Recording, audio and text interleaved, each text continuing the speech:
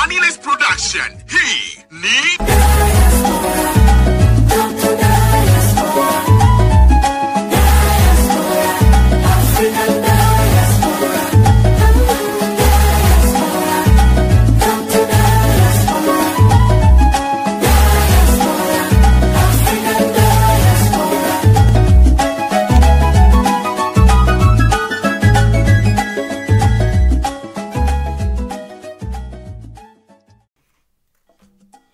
Yes, jamani, karibuni sana. Ninawaalika kwa mara nyingine. Hii ni Talk to Diaspora. Kama kawaida yetu hapa ni experience of life abroad, ndizo tunazozisikia kutoka kwa wadau mbalimbali ambao wanaishi nje ya nchi zao. Kikubwa hapa ni sisi kutaka kusikia zile experience, lakini fursa na mambo mengine ambayo yanaendelea kwenye nchi ambazo wanaishi. Yamkini unaweza kuwa unataka kujua nini kinaendelea huko, mambo gani yanasemekana, je, ni kweli ama si kweli?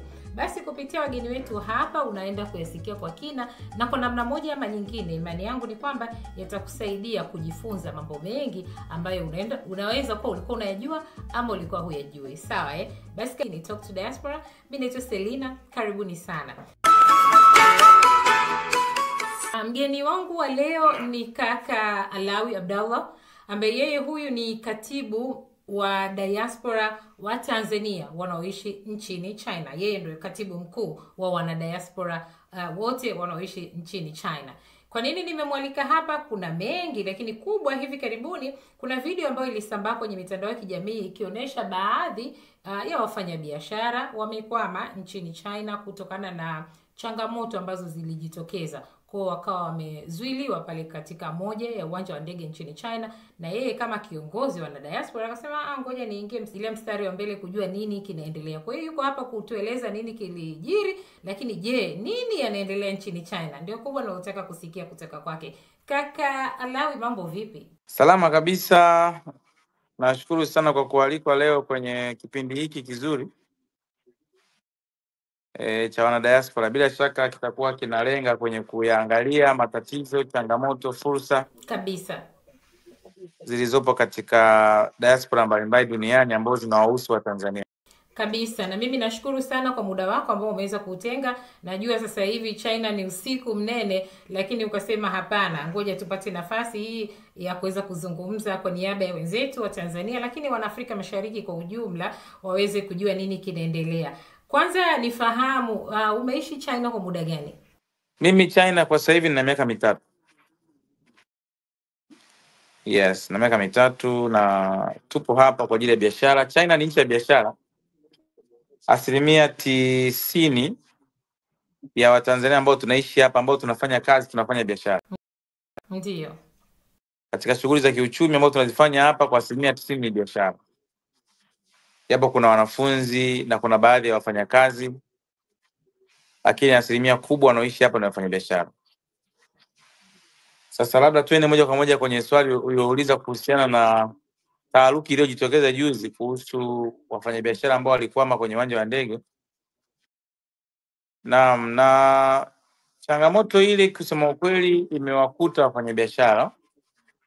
Walikata tiketi kwa mwakala ambaye ni wa muda mrefu aliyeko pale Kariakoo. Sasa hawakujua kama pengine kuna changamoto kwenye upande huo, kwa sababu yule wakala alichokifanya inaonekana aliwakatia tiketi ya go peke yake, lakini kwenye return hakuwa amekata tiketi ya return, japokuwa aliwapa show ticket nadhani za return. Kwa hiyo wakati wamefika hapa China, kwa hiyo wakawa wanakuja, ulipofika muda wa kusafiri kurudi Tanzania, walivyofika airport, wakati shirika letu la ndege lina verify tiketi zao, nikagundua kwamba tiketi zao za kurudi hazisomi kwenye mtandao. Kwa hiyo na hapo ndipo taharuki ilipoanza. Kwa hiyo wafanyabiashara walikuwa ni wengi, lakini baadhi walipata bahati ya kusaidiwa na shirika la ndege la Air Tanzania, wakaweza kupatiwa tiketi nyingine za kurudi kwa bei nzuri. Wakabaki wachache kati yao ambao, kwa sababu ndege unajua inakuwa imejaa wakati huo, kwa hiyo wale wachache waliobaki walikuwa wanataleza mbele. Kwa hiyo wakawa sasa wanatafuta namna gani ya kuweza kupata nafasi ya kuweza kupata fursa ya kusafiri kwenye ndege kwenye ratiba inayofuata.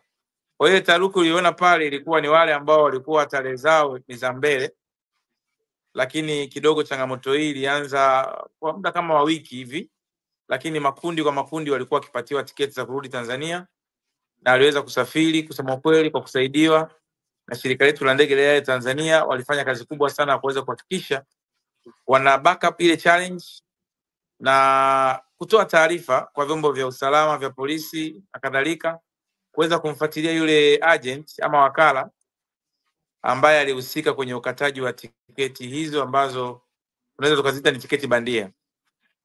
Lakini kwa sababu wafanyabiashara hawa wanatoka katika jumuiya ya wafanyabiashara wa Kariakoo na kama itoshi, wanayo jumuiya yao ya wafanyabiashara wa Kariakoo, tayari sisi kama jumuiya wa Tanzania waishio nchini China kwa kushirikiana na ubalozi hapa pamoja na shirika la ndege la Air Tanzania tulikishatoa taarifa zamani muda mrefu kwamba mtu huyu aweze kutafutiwa ama kuweza kuchukuliwa hatua za kisheria, na tayari kwa muda huo tayari jumuiya ya wafanyabiashara Kariakoo walishaanza taratibu za kisheria za kuweza kumfuatilia huyu mtu, japokuwa kwa wakati ule mpaka juzi alikuwa tayari hayupo, alikuwa ameshatoroka, lakini kwa sababu vyombo vya usalama vipo na vilikuwa vinafanya taratibu za kuhakikisha kwamba wanamkamata na hatua nyingine za kiusalama za kiutafiti na kuhakikisha wafanyabiashara hao wanapata hela zao ama haki zao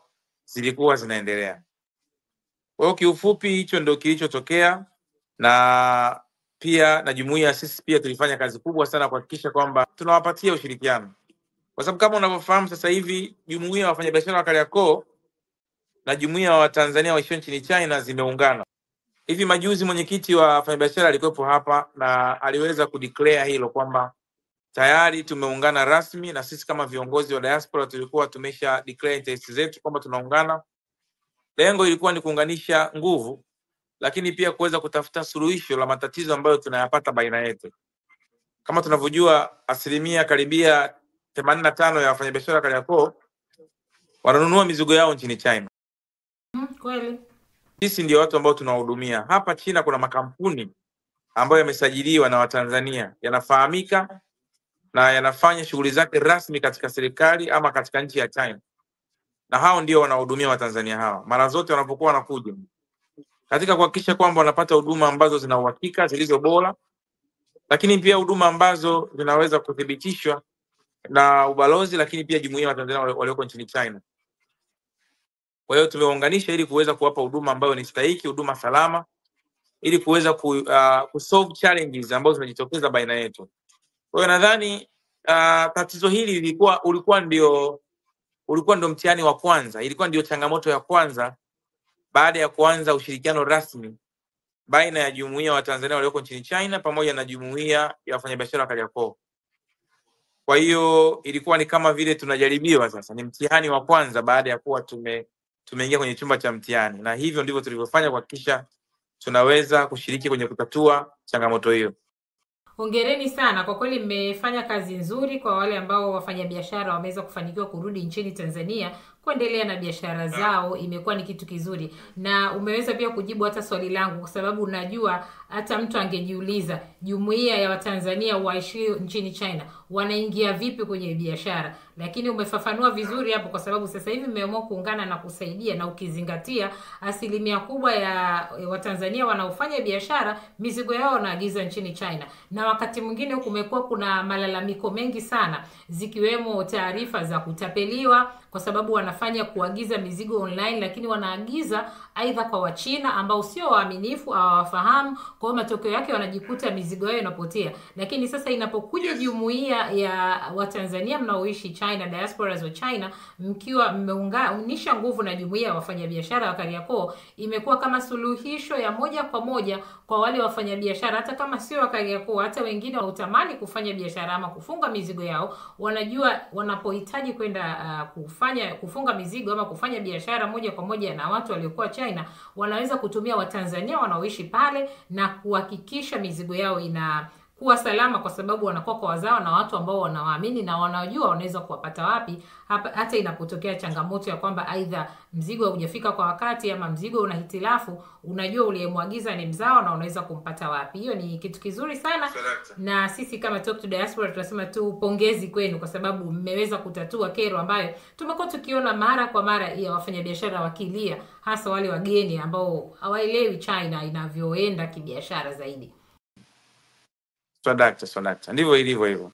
Hongera sana. Lakini katibu, nataka sasa tuzungumzie maisha ya diaspora na mambo yanayozunguka diaspora kwa ujumla.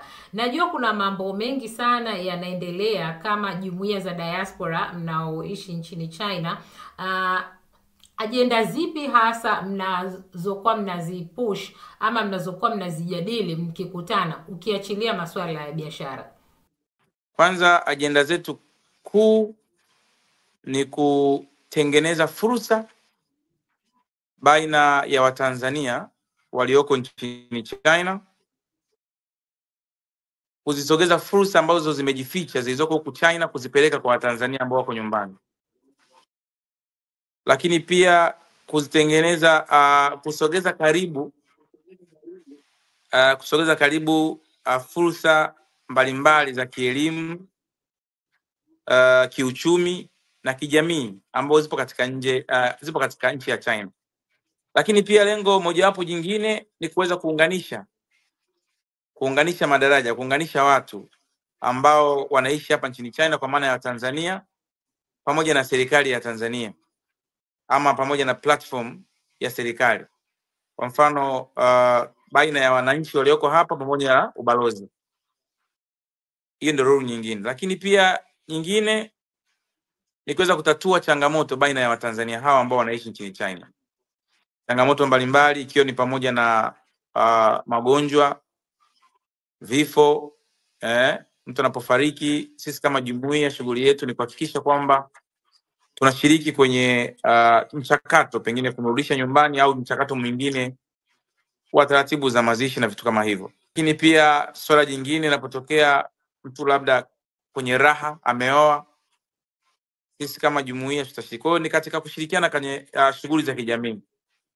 Lakini mambo mengine ambayo tumekuwa tukiaddress ni kuhakikisha tunatangaza fursa zilizoko nyumbani, kwa maana ya utalii ambao ulioko nyumbani, kwa mfano kupitia maonyesho mbalimbali. Kama sasa hivi tupo kwenye maonyesho ya Canton Fair. Sasa hivi kupitia mwamvuli wa ubalozi wa Tanzania nchini China tumepewa booth pale katika maonyesho ya Canton Fair. Tunaonesha bidhaa zetu za nyumbani yakiwemo madini, mazao kama korosho, kahawa, karanga, futa, soya beans na kadhalika. Tunaonesha kwa Watanzania, kwa Wachina na wanunuzi mbalimbali ambao wanahudhuria kwenye maonyesho haya makubwa duniani. Lakini tunaonesha fahari zilizoko nyumbani, utalii, kutangaza utalii. Lakini kitu kingine ni kuweza kuvutia na kushawishi wawekezaji kuja kuinvest nyumbani. Watanzania wengi hapo wana makampuni yao mbalimbali. Wengine wana act kama wawakilishi ama mabalozi wa maeneo mbalimbali ya kiwekezaji Tanzania, na kuweza kusogeza karibu zile opportunity ambazo zinaweza kuwashawishi wawekezaji kwenda kuwekeza nyumbani, na at least na mwisho wa siku basi kuinua uchumi wa nchi yetu. Yes, kama unavyofahamu kwamba China ni nchi ambayo ni most industrialized countries sasa hivi duniani. Ni nchi ambayo ina viwanda vingi, zaidi ya viwanda milioni 1 nchi nzima. Sasa nchi kama hii ambayo ni tegemezi katika production ama katika products ambazo zinauzwa duniani, tunaamini kwamba na sisi nchi yetu ambayo inapiga hatua na makuzi ya kimageuzi ya kiviwanda, tunaitegemea sana nchi ya China kuweza kutransfer hiyo teknolojia na hiyo courage ya kuwa na viwanda katika nchi yetu.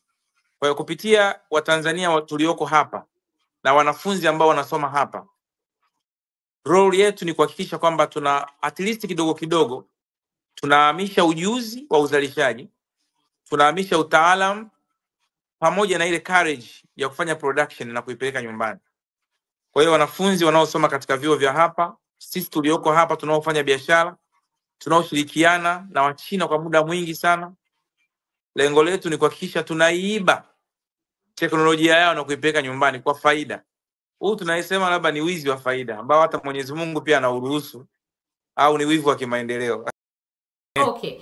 Ulizungumzia pia ninyi kama jumuiya ya diaspora muishio nchini China, kubwa lingine mnalofanya ni kuhakikisha mnaelezea ama mnawezesha fursa mbalimbali zikiwemo za masomo. Nataka kujua kwanza, kuna fursa za scholarship, na kama zipo, kwenye masomo ya aina gani hasa ndio yanapewa kipaumbele kwa wanafunzi wanaotoka nchini Tanzania na wangetamani kusoma China? Baadhi ya kozi ambazo zinapewa kipaumbele hapa kwa muda ambao nimeweza kuona ni almost kozi zote ambazo zipo zinapewa kipaumbele, lakini sana sana kozi za udaktari kwa maana ya masomo ya sayansi yanapewa sana priority. Kwa mfano madaktari, udaktari, kozi za engineering zinapewa sana kipaumbele, na kozi nyingine za sayansi pia zinapewa sana kipaumbele. Lakini kozi za biashara, mfano international business, pia zinapewa kipaumbele. Kazi nyingine za mambo ya human resources pia zinapewa kipaumbele. Lakini sana sana udaktari, engineering ni kozi ambazo zinapewa sana kipaumbele kwa wanafunzi ambao wanakuja kusoma hapa nchini China kutokea Tanzania.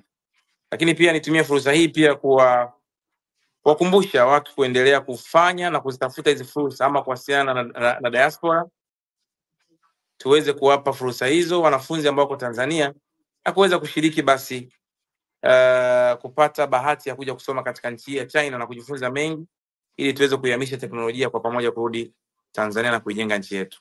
Very well. Umeongea vizuri sana katibu, na naamini kwa wanafunzi ambao ni ndoto zao ama shauku zao kwenda kujiendeleza kielimu zaidi nchini China, inawezekana na wanaweza kuanza kuanzia sasa. Cha msingi ni kuhakikisha wanafuatilia taarifa ambazo mnazitoa na wanaweza kutimiza ndoto zao. Na lugha, je, ni kipaumbele? Kwa sababu tunafahamu China sio nchi inayozungumza lugha ambayo kwa wanaotoka Tanzania wamejifunza shuleni ama vyuoni, Kiingereza na Kiswahili. Kuna Kichina ndio priority. Sasa kwa mwanafunzi ambaye hana basic ya hiyo lugha, anaweza kujiattach na mfumo, ama inabidi kwanza apambane kujinoa kwa lugha alafu aingie sasa kwenye elimu rasmi iliyompeleka anayotaka kusomea? Umeongea swala la msingi sana. Bahati mbaya au bahati nzuri, China ni nchi ambayo sio multilingual. Wao wamejibase kwenye lugha yao ya Kichina, na priority namba moja kwa mtu ambaye amepata scholarship anapokuja kujiunga na masomo yale ambayo ni basic, kuna kozi ya mwaka mmoja ya lugha ambayo ni lazima kila mtu ambaye amepata scholarship lazima aisome, ili kuweza kupata zile angalau hints ama foundation ya lugha ya Kichina kwa namna unavyojifunza, kwa sababu masomo yao yamegawanyika mara mbili. Hata kwa wale ambao wanachukua michepuo ambayo wanaisoma kwa lugha ya Kiingereza peke yao, lazima wasome somo la Kichina kwa muda wa mwaka mmoja. Na hata wale ambao wanasoma masomo hayo kwa Kichina, masomo yote kwa Kichina, basi lazima pia wasome lugha ya Kichina katika kipindi cha muda mfupi kabla ya kuanza kozi maalum ambayo kila mwanafunzi amepangiwa. Hakuna namna unaweza usome Kichina ikiwa unapata scholarship katika nchi ya China. Okay. Yes. Jamani wanafunzi, mmesikia lugha ni muhimu, kwa sababu sio nchi zote zinazungumza Kiingereza ama lugha ambazo za mataifa yetu tunafahamu. Kwa unapotamani kuingia nchini China, katibu hapa kaka Alawi ameeleza vizuri kabisa, fursa zipo za masomo, lakini unatakiwa kujua Kichina pia. Kwa hiyo anza mazoea, kuna application mbalimbali zinatoa walau basic ya kujua lugha. Jua yale yatakusaidia kabla hujaingia China ukaanza kutoa macho unasoma vipi, si ndio Sasa kaka Alawi, pia nafahamu watu wengi sana, hasa vijana siku hizi, mtu akiwa na pesa yake kidogo anatamani kwenda China kufunga mzigo, kufanya biashara, kwa sababu na ndivyo ilivyo. Unapokuwa na kiwango chako cha pesa, inategemea una focus wapi. Ukiingia China ukiwa makini, hauwezi kubaki kama ulivyo.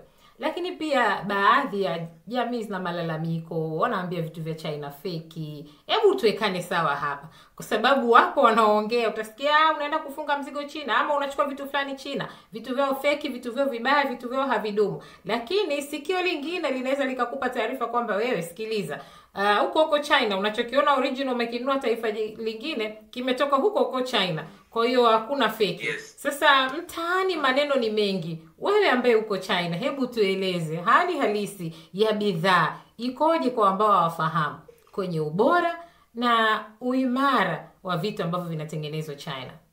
Swali zuri sana. Kwamba China ni nchi ambayo wanakupa unachokitaka. Unamaanisha nini? They give you what you want. Yes. Kwa hiyo wanakupa hicho, na ukiangalia bahati mbaya au bahati nzuri zaidi, hizi nchi zetu za Afrika tumekuwa yani tuko oriented kwenye product ambazo zina bei rahisi zaidi. Yani ili tatizo sio tu la Tanzania wala si la nchi gani, ni karibu nchi zote za Afrika. Ukiangalia production base ya China, vitu ambavyo wanavizalisha hapa, kuna vitu ambavyo vinazalishwa kwa European quality. Hapa China kuna European markets, kuna African markets, lakini pia vile vile kuna American markets. Sasa jinsi ambayo utaikuta African markets, bei yake ni tofauti na utakayokuta kule European market. Lifespan pia zitatofautiana. Lifespan ya European market jinsi itakuwa ina muda mrefu kuliko ambayo inapatikana African market. Kwa hiyo ukisema kwamba vitu ni feki, ni hiyo kauli sio sahihi. Ni kweli kwamba utapewa feki kulingana na nini ambacho umehitaji, kulingana na demand yako. Kwa hiyo Mchina atakupa kitu kulingana na bei yako, kulingana na nini unahitaji. Yes, sasa ile kasumba ya kwamba nikipeleka bidhaa ambazo zina high quality Afrika haziuziki, ndio inayosababisha kuonekana kwamba bidhaa nyingi ambazo zinaenda kule nyumbani kuonekana kama ni fake. Kwa hiyo wewe Mchina atakutengenezea kulingana na bei yako ulionayo. Atakupa jinsi ya $1, atakupa jinsi ya $10, atakupa jinsi ya $70, atakupa jinsi ya $700, na atakupa jinsi ya $1500. Na ndio maana hata nchi ambazo zimeendelea kama USA pia wanatumia products za China, UK wanatumia products za China, na Afrika tunatumia products za China. Sasa ujiulize kwamba kwa nini products za China zinazoenda UK hazionekani kama ni fake. Pia changamoto hii ya Waafrika wengi ama Watanzania kupata changamoto za kukumbana na vitu feki pengine bila wao kutaka. Hiyo ndio sababu inayosababisha sisi kama diaspora kuingilia kati. Unajua mimi siiti fake, naita ni low standard. Tukisema fake ni uongo. It's a low standard. Sisi kama diaspora kazi yetu ni kuhakikisha kwamba tunalinda maslahi ya huyu mteja ambaye interest yake ilikuwa ni kununua high standard goods. Na ndio maana tupo baina yao. Kwa hiyo wale wafanyabiashara ambao wanapita kwenye makampuni ambayo yamesajiliwa na diaspora hii ambayo iko hapa China, tunahakikisha kwamba kupitia utendaji kazi, lakini pia kupitia namna ambavyo tunaweza control makampuni, kampuni hiyo inalo jukumu la kuhakikisha kwamba inapeleka product ambayo ni inalingana na demand ya yule mteja. Kwa maana kampuni ile ambayo iko chini ya diaspora hii ya Watanzania waishio nchini China inabidi iende kiwandani kuhakiki, kufanya inspection ya bidhaa, kufanya kuhakiki ubora wa bidhaa hiyo, kuangalia demand, kitu kilichokuwa ordered ndicho kilichopelekwa, kuangalia quantity ya bidhaa hiyo, kuangalia na vitu vingine ambavyo vinahitajika kulingana na sheria na taratibu za nchi ya Tanzania za importation. Kwa hiyo sisi moja kati ya role ambazo tunazifanya ni kuhakikisha kwamba at least kupeleka Tanzania vitu ambavyo vina qualify hizo specifications za quality ambazo zinahitajika na nchi ya Tanzania. Sasa sisi kama diaspora tuko katika engo ambao tunahakikisha upande huu wa kwanza huu starting point, kwa maana ya mzalishaji, mtu wa inspection, msafirishaji upande wa Tanzania, upande wa China. Hizi sehemu tatu hizi stage tatu zote zinafanywa kazi kwa uhakiki, kwa ufasaha. Hakikisha kwamba mtu huyu anasimamia vitu hivi kwa ufasaha. Sasa haya makampuni sisi tumeyasajili kama diaspora, tume-identify kwamba ni makampuni ambayo tunayo sisi na tunayatambua. Kazi yao ni kuhakikisha kwamba wanahakikisha hizi shughuli zote ambazo zinaanzia point A zinafanywa kwa ufasaha na kuhakikisha mzigo umepakiliwa kwa wakati kulingana na namna ambavyo wamekubaliana na mteja wao. Regardless zile production days, maana kuna siku zile za uzalishaji, kuna period ya production. Sasa ni wakati sasa sisi kama jumuiya mara nyingi tumekuwa tukiwajuza kwamba hakikisha unamwambia mteja wako ukweli kwamba kama production inachukua mwezi mmoja, inabidi umtaarifu mteja wako afahamu kwamba production ya mzigo huu inachukua mwezi mmoja na si vinginevyo. Umwambie ukweli afahamu. Lakini pia ukigundua kwamba mzigo huu ambao umeenda kuchukua kwa mteja haukidhi viwango kama mlivyokubaliana, hakuna ulazima wote wa kuusafirisha, kwa sababu tunaamini product yote ambayo iko chini ya kiwango haiendi tu kuathiri yule mteja ambaye anaenda kuuza mzigo, bali inaenda kuathiri hata jamii ya Watanzania ambao tunaihudumia. Kwa hiyo ni kuhakikisha kwamba lengo letu ni kuhakikisha kwamba sio lazima uusafirishe mzigo ambao hauna kiwango, lakini pindi utakapojiridhisha kwamba kiwango hiki ni bora, inabidi right away mzigo huo usafirishwe. Sasa let's say mzigo umesafirishwa, umeenda kuchelewa let's say bandarini Tanzania, kutokana labda na changamoto za hapa na pale, pengine wakati huo kuna congestion kubwa, au pengine katikati wakati wa transition, let's say kutoka Mombasa kwenda let's say Dar es Salaam, au kutoka Singapore kwenda Mombasa mpaka Dar es Salaam, kumetokea congestion pale. Hizo ni sababu ambazo ziko nje ya uwezo wa hata yule msafirishaji, lakini pia ziko nje ya uwezo wa sisi diaspora.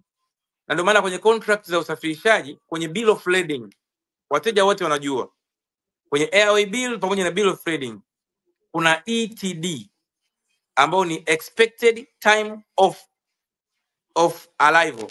Of course ETA sio ETD, ni expected time of arrival.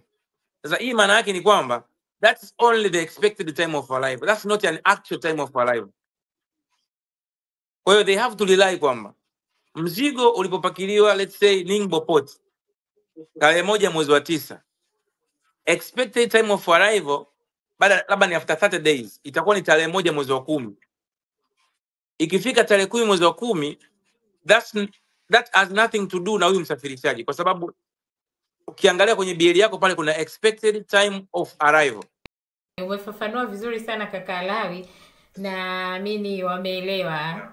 Ambaye unajiunga nasi jamani, umechelewa kidogo lakini sio mbaya. Ukirudisha nyuma hapo utaweza kuona mengi ambayo kaka Alawi Abdallah ameweza kushare. Lakini tu kwa ambaye ufahamu ni kufahamishe, huyu ni katibu wa jumuiya ya Watanzania waishio nchini China, lakini pia anashughulika karibu zaidi na jumuiya ya wafanyabiashara wa pale Kariakoo nchini Tanzania ambao wanafanya biashara zao moja kwa moja na nchi ya China. Kwa hiyo yuko hapa ametueleza mengi kuhusiana na namna wao kama jumuiya ya diaspora inavyofanya kazi karibu zaidi na jumuiya ya wafanyabiashara, lakini pia ameeleza ambavyo wanapata ushirikiano wao kama diaspora na serikali, hasa ubalozi wa Tanzania nchini China kwenye mambo mbalimbali. Ameeleza fursa zinazopatikana nchini China, ameeleza changamoto ambazo zipo na namna ambavyo wanatatua. Kwa hiyo tunajifunza kwa pamoja. Hii ndio Talk to Diaspora.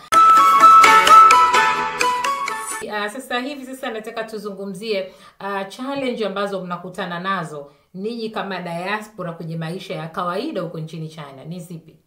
Na challenge ambazo tunakutana nazo ni nyingi, na challenge zimegawanyika katika makundi kadhaa. Kwa mfano kuna challenge za kibiashara,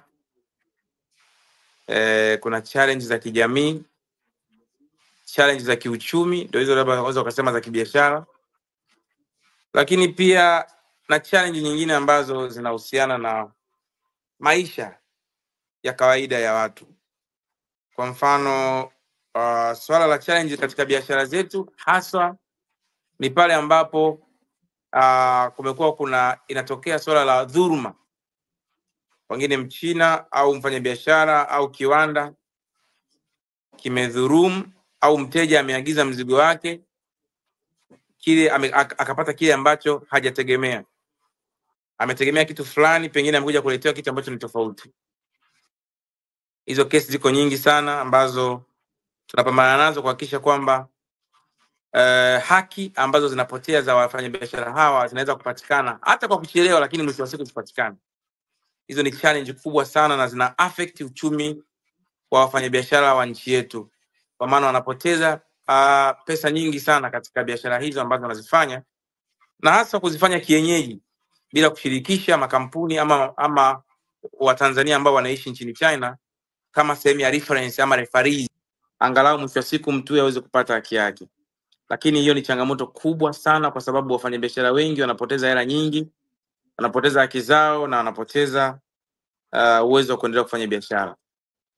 Sasa hili limekuwa changamoto kubwa sana, na ndio maana sisi kama diaspora tumeingilia hapa na tunawashauri sana kila siku wafanyabiashara kujitahidi kutumia kampuni za diaspora ambazo ziko hapa nchini China, kuwatumia wao kama watu wa kuweza kuhakiki uhalali wa wale watu wanaofanya nao kazi, lakini pia kuhakiki ubora wa bidhaa ambazo zinazalishwa na hivyo viwanda ambavyo vinapatikana katika maeneo tofauti hapa China, ili kupunguza hizi kesi. Lakini changamoto nyingine tunazokutana nazo ni wafanyabiashara wanapokuja hapa wanapata changamoto let's say kupoteza pasipoti, saa nyingine kuugua, na kupata matatizo mengine hapa na pale. Lakini pia hata Watanzania ambao wanaishi hapa wanapata changamoto mbalimbali zikiwemo kuugua, kupoteza pasipoti, visa. Masuala ya visa pia ni changamoto tunayokutana nazo sana hapa, namna ambavyo utaratibu wa kuweza kuwapatia visa wa Tanzania pale zinapoisha ama pengine wanapokuwa wana renew na vitu kama hivyo. Changamoto zipo za hapa na pale. Changamoto nyingine naweza nikasema ni uhaba wa fedha, pengine kwa of course jumuiya katika kutatua yale matatizo ambayo ni ya msingi. Lakini pia namna gani ya kuweza kupromote fursa ambazo ziko hapa nchini China zinazohusu Watanzania. Kusema kweli, kumekuwa kuna changamoto kubwa sana ya Watanzania kufuatilia taarifa ambazo zinahusu fursa zilizoko nchini China. Kama jumuiya tunapambana sana kuweza kuelimisha jamii kuuza mazao yao nchini China, kutafuta masoko nchini China, kushiriki kwenye maonesho yaliyoko hapa China, kushiriki kwenye fursa zinazohusu mambo ya kielimu, kufuatilia mambo ya msingi kadha wa kadha, kujua makampuni ambayo ni valid, ambayo yanaweza kuwa ni referee wazuri wa kufanya nao biashara, pamoja na mambo mengine mengi. Lakini swala la taarifa kuwafikia watu kwa kweli ni changamoto kubwa ambayo tunakumbana nayo. Lakini lengo letu sisi ni kuhakikisha kwamba at least 75 mpaka 80 ya Watanzania wamepata taarifa ama elimu ya namna ya kuweza kupromote biashara zao za nyumbani na kuja kuziuza nchini China. China ni nchi yenye watu takriban bilioni 1.4. Kuna fursa kubwa sana. Nyumbani kama tunalima parachichi, tunalima asali, tuna ufuta, soya beans, kahawa na kadhalika, na madini mbalimbali. Lakini bado leo hii vijana wanamaliza shule wanasema hawana ajira. Bado vijana, bado watu wengine wana maisha magumu, ili hali unakuta mtu ana ardhi yenye uwezo wa pengine kupata au pengine ana ardhi ambayo ina madini yanaweza kuuzika huko nchini China. Na tukiwa tunatangaza fursa za watu kuweza kushiriki kwenye makongamano mbalimbali, fursa mbalimbali, kuweza at least kukutana na watu ambao wenye uwezo wa kuwekeza ama kuuza bidhaa hizo, taarifa ziwafikii wa Tanzania. Kwa hiyo hii ni changamoto kubwa na tunatafuta namna ya kuweza kuisolve, at least taarifa tutakazokuwa tunatoa ziweze kuwafikia Watanzania kwa wakati na kuweza at least kumsaidia Mheshimiwa Rais katika namna moja ama nyingine kuweza kuwainua vijana ambao wanatoka vioni na kuweza kupata ajira ama kuweza kujiinua kimapato. Sio rahisi serikali ikaweza kuajiri watu wote, ila sekta binafsi na sisi ambao tuko huko kama diaspora tunaweza kuwasaidia vijana wengi kuweza kutoka huko na kuja na idea ambazo wametoka nazo vioni na kuzitoa mtaani na kutoa mazao na vitu vingine kuvitoa Tanzania kuvileta hapa na kuongeza export ya nchi yetu, na mwisho wa siku kuweza kuongeza pato la taifa kupitia biashara za export. Umeongea vizuri sana katibu. Jamani, ni jukumu lako wewe na mimi tunatazama, wewe Mtanzania, wewe mwana mdau wa taifa lako ambaye unapenda maendeleo ya taifa lako. Katibu hapa kaka Lawi ameongea vizuri kabisa kwamba Mheshimiwa Rais hawezi kufanya kila kitu, lakini zinapotokea fursa basi tuhakikishe sisi wenyewe kwanza tunasaidiana kuhakikisha zile taarifa zinaweza kufika na kufika kwa wakati. Kwa hiyo jukumu ni letu, kila mtu kwa nafasi yako ujiulize, nimefanyia nini taifa langu, sio limenifanyia nini. Ukijiuliza hilo, unaweza kuangalia namna gani unaweza kuchangia. Wakati mwingine taarifa hazibishi hodi mlangoni kwako, unatakiwa kuingia kwenye mitandao ama kusoma magazeti ama majarida mbalimbali ambayo yanatoa taarifa sahihi. Itakusaidia sana wewe kijana ambaye unatafuta fursa wakati mwingine kujua wapi uanzie. Ni kweli kuna uhaba wa taarifa, lakini unapozitafuta zinaweza kukufikia. Sawa. Kwa chukua hiyo kijana, na kaka Lawi amezungumza vizuri sana. Fursa zipo nchini China, ni wewe kuamua kuamka na kujua unaanza wapi. Wapi kuna changamoto alafu ijiuze kuwa fursa, basi utatoboa, si ndio Yes. Kaka Lawi, tunaelekea ukingoni. Nataka pia utoe ushauri. Nikikupa nafasi ya kushauri wana diaspora wenzako, nini una kitu gani cha kuambia hasa mnaoishi nchini China? Wana diaspora ambao waliopo hapa nchini China, kitu ambacho ningependa kuwaomba ama kuwaeleza, kwanza ni kujitahidi sana kuzitafuta fursa zilizoko hapa nchini China ambazo tunaamini zinaweza kuinufaisha nchi yetu ya Tanzania. Hilo ni suala la msingi sana sana sana, kwa sababu huku tuko ughaibuni, lakini naamini nchi ya China ni kati ya nchi ambayo tukiitumia vizuri ndio msingi wa mapinduzi ya viwanda katika nchi yetu ya Tanzania. Kwa hiyo kama tunataka kupiga hatua, naamini nchi yetu ina focus sana katika kuhakikisha kwamba inafanya industrial revolution ili kuweza kukuza uchumi, lakini pia kuhakikisha kwamba inatumia rasilimali zake za ndani kuongeza production ya baadhi ya product ambazo tunaweza kuzitumia katika matumizi ya ndani, lakini pia kuongeza export ya finished goods, na ndio kitu ambacho kinaweza kutupa wingi wa mapato haswa kupitia foreign exchange, kwa maana ya pesa ya kigeni. Kwa hiyo Watanzania tulioko hapa tunayo nafasi na kila sababu ya kuhakikisha tunatafuta fursa ambazo zinaweza kuisaidia nchi yetu ya Tanzania katika kukuza kiwango cha kuimport bidhaa kutokea nchini Tanzania, kwa maana ya kuongeza export. Lakini kingine ambacho naweza nikawakumbusha ni kuweza kushare fursa na ndugu zao, fursa za masomo, kuhakikisha basi fursa zinazohusiana na masomo, kwa mfano masomo ya udaktari, masomo ya engineering, masomo ya international business, wahusishe ndugu zao ili waweze nao kuweza kufika hapa na kusoma, at least kuweza kupata ile elimu ambayo tunaamini inaweza kutumika kwenye hivyo viwanda ambavyo tunavitafuta. Najaribu kuifikiria Tanzania ya miaka 10 ijayo, pengine kupitia sisi tulioko hapa inawezekana tukawa ndo tumefanya ama tume champion revolution ya viwanda ambayo inaweza ikatusaidia within 10 years to come. Lakini pia kuwakumbusha Watanzania hawa kuwa na ile courage ya kuweza kuinvest nyumbani, kurudisha nyumbani. Yani tutafute kwa nguvu zote, lakini tukumbuke kuweka akiba ya kwenda kuinvest nyumbani. Naamini kabisa diaspora yetu ndio diaspora ambayo inahudumia asilimia kubwa ya SMEs, small medium enterprises kwa Tanzania, na ndio ambazo zinaweza kurecruit asilimia kubwa ya Watanzania mtaani. Kwa hiyo hapana shaka kwamba one of the biggest diaspora within the world, mimi nadhani ni China. Kwa hiyo tunapaswa tuwe ni mfano wa kuiga, kuweza kuisaidia serikali yetu kuweza kutafuta fursa kwa vijana ambao wapo. Naweza nikasema kwamba nchi ya China sasa wameongeza sana ile hamasa ya kwenda kufanya utalii. Kwa asilimia kubwa wanataka kwenda kufanya utalii. Labda tu nikuambie kwamba China inategemea sana utalii. Watu wengi sana wanakuja kutalii hapa China. Na utalii wa ndani wa China unawalipa zaidi kuliko utalii wa nje. Hiyo tafsiri yake ni kwamba idadi ya watu walionao ile tu inavyokuwa ina move kutoka labda tuseme jimbo moja kwenda jimbo jingine kwenda jimbo jingine, idadi hiyo peke yake inafanya kuwa utalii wa ndani kuchangia kwa asilimia kubwa mapato katika sekta yao ya utalii. Kwa hiyo tukiweza kuwashawishi hawa ambao wana move within the territorial areas kuweza kutoka na kwenda nje kwa maana ya Tanzania, naamini tutaongeza pato kubwa sana.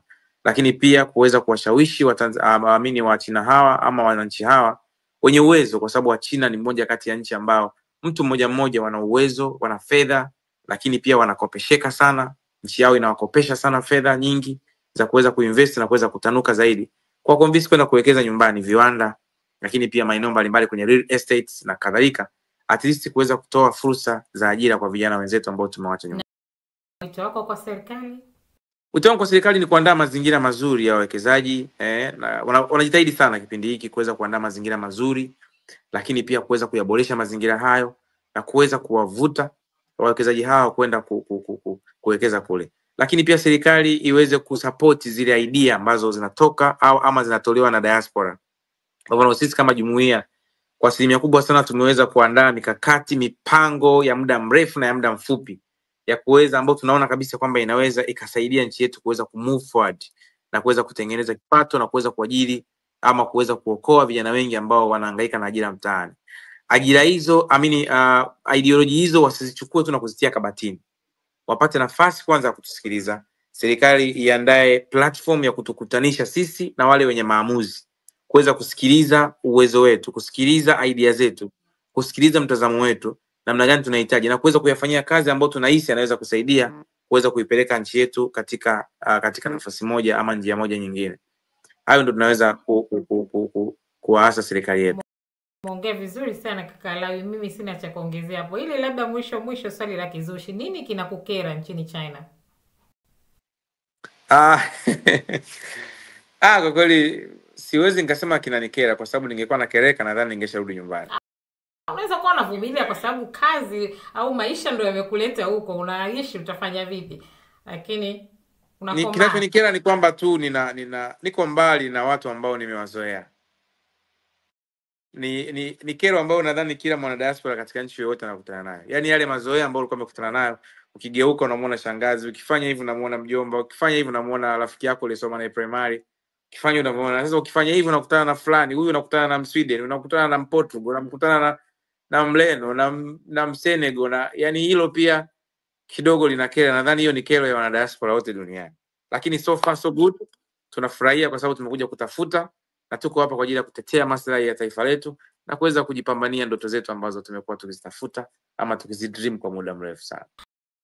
Asante sana, umemaliza vizuri sana, na mimi nasema nashukuru tu kwa muda wako. Labda nikupe nafasi ya mwisho, kwa mimi sikutaka kuweka mwanzo, nataka niweke mwisho ili ueleze kwa upana zaidi. Najua pia unashughulika na shughuli mbalimbali ikiwemo kuhakikisha watu wanaotaka bidhaa kutoka nchini China wanaweza kuoda kupitia wewe na wakazipata na zikawafikia. Kwa wasiofahamu wanaotaka kupata huduma yako, kwanza unajishughulisha na huduma gani na wanazipataje? Mimi binafsi kwanza nina kampuni yangu hapa inaitwa Extra Mileage. Watu wengi watakuwa wanaifahamu. Kampuni hii inafanya usafirishaji wa majini kwa njia ya maji na kwa njia ya anga. Kwa hiyo kwa wale ambao wanataka kusafirisha bidhaa zao kutokea China kuelekea Tanzania, sisi tupo hapa kwa ajili ya kuwahudumia. Na mimi pia nina biashara zangu, maana sio tu kiongozi ila na biashara zangu pia. Lakini kampuni yangu hiyo inafanya manunuzi. Kwa hiyo kwa wale ambao wanataka kununua bidhaa zao kutokea China hapa, naweza kuwarecommend masupplier ambao wako well off, ambao wanaweza kuwasaidia kuwapatia bidhaa ambazo ni genuine. Kampuni yangu inafanya shughuli hizo za usafirishaji kutokea hapa kwenda kule. Lakini kwa wale ambao wanataka kupromote ama kuuza bidhaa zao za kilimo nchini China, kampuni yangu inaweza kuwasaidia kuwatafutia wateja kwa bidhaa zao. Lakini pia kama itoshi kwa usafirishaji, kampuni yangu inafanya import kutokea Tanzania. Kwa kama una bidhaa zako, pengine una ufuta, una karanga, una korosho na nini, unataka kusafirisha kwenda nchi yoyote duniani, kampuni yangu ikiwa pale Tanzania Dar es Salaam inakusaidia kufanya usafirishaji huo wa bidhaa kwa gharama nafuu, lakini kwa uhakika kamili. Kwa kunipata zaidi, unaweza kutembelea kwenye mitandao yetu ama page za Instagram extra_mileage 4.0 extra_mileage 4.0. Hapo unapata kampuni. Lakini mimi kama mwenyekiti ni kama katibu wa diaspora Tanzania nchini China. Napatikana kwa decent_4.0 decent_4.0, lakini kupitia kwenda kuitafuta page yetu ya diaspora ambayo ni DTAG, unaweza ukaitafuta @DTAG, yani DITAG_China kwa ni DTAG_China. Lakini unaweza kutupata kwa namba ya WhatsApp pamoja na normal calls ya Kichina, naweza nikaitaja +86 13 01 600 6986. Kwa namba hiyo utatupata kupitia WhatsApp, lakini pia normal calls kama utaweza kupiga, ama kwa namba nyingine ya Tanzania +255 674 000 008. Utatupata pale, na ofisi zetu kwa Kariakoo ziko mtaa wa Lindi na Livingstone katika jengo la posta na simu floor ya pili pale Kariakoo. Na China pia tunapatikana katika ofisi katika maeneo ya Sanyuali. Sanyuali kwa wale ambao wanafika China wanapajua. Sanyuali katika jengo la Wufu Market. Hili ni soko la fashions na mavazi. Liko hapa katika Sanyuali, kituo cha Sanyuali exit C2. Unaposhuka pale, unakuja Kilimanjaro Restaurant. Katika jengo lile ndipo ilipo ofisi ya Extra Mileage, lakini hapo ndipo ilipo ofisi ya katibu mkuu, na ndipo ilipo ofisi ya diaspora wa Tanzania waishio nchini China. Utafika pale na utaweza kupata huduma zote ambazo unazihitaji za kitaasisi, za kijumuiya pamoja na binafsi. Thank you so much. Jamani, namba zake amezitoa hapo. Hiyo ni strictly business. Wewe ambaye uko very serious, umemsikiliza, umeona unahitaji huduma, umemsikiliza, kuna mambo hujaelewa na kuruhusu kwa ridhaa yake, unaweza kumfikia na ukamuuliza chochote akakujibu. Yuko very friendly, very open. Kaka Alawi hana shida, muda wowote wa kazi anaweza kukuhudumia. Cha msingi tu hakikisha unaenda ukiwa na nia ya dhati ya kutaka kutatuliwa changamoto ambayo ama ya kusaidiwa kiupande wa biashara kwa kile ambacho unakihitaji, kwa sababu najua kuna wengine anaweza kama amesikia hivyo akachukua namba akaanza kuomba msaada. Hapa sio kwa ajili ya kuombana hela jamani. Ama wosi niite China mimi nataka nje kutembea, no. Kama wewe una ndoto ya masomo ya biashara ya kutaka kujua ama kufanya kazi kama hivyo, amezungumzia masuala ya unaweza kupeleka mazao yako namna gani unaweza kuanza, basi kupitia kampuni ya katibu mkuu wa diaspora shio nchini China Alawi Abdallah, basi kila kitu chako mimi nakuhakikishia kama Mtanzania kitakuwa kwenye mikono salama. Weka imani na fanya maamuzi, kwa sababu wakati ni sasa. Usisubiri kesho na wala usisubiri kupitia kwa watu ambao huwaamini. Ni vizuri kabisa ukiwa na viongozi wa taasisi kama kaka Alawi, unakuwa unajua kabisa kwanza umeenda kwenye taasisi ambazo ni rasmi, zimesajiliwa, serikali inatambua, lakini pia kwa watu wenye uzoefu kama yeye ambaye tayari yuko kwenye nchi ambayo anaishi, anafahamu wapi anaweza kukupitisha, basi inaweza kukufungulia mambo yako akawa rahisi zaidi kuliko kuingia tu kwenye mtandao alafu hujui umwamini mtu, hujui uanzie na nani. Kidogo inaweza ikawa changamoto. Sawa jamani.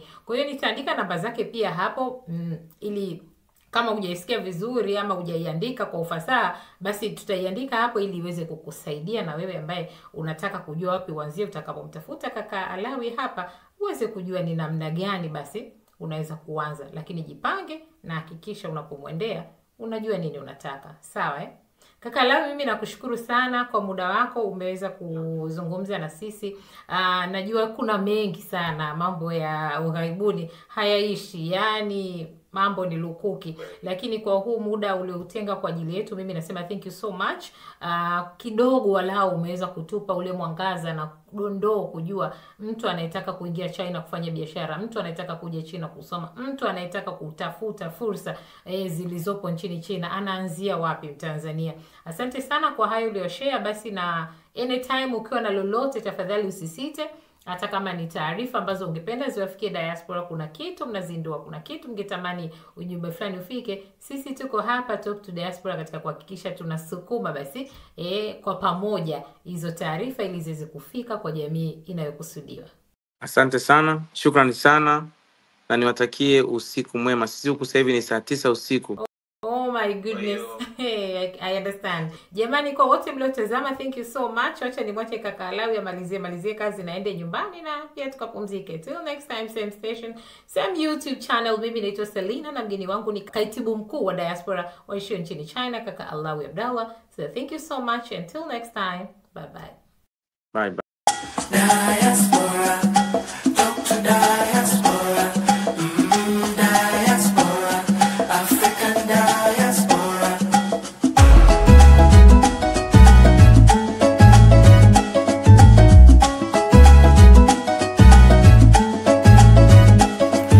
My people from Africa, kutoka pande zinginezo za dunia. Let us talk about your lives. Uhalisia wake tunataka kujua. Kama upoko kusoma ukweli wa ukondo tunautaka kusoma.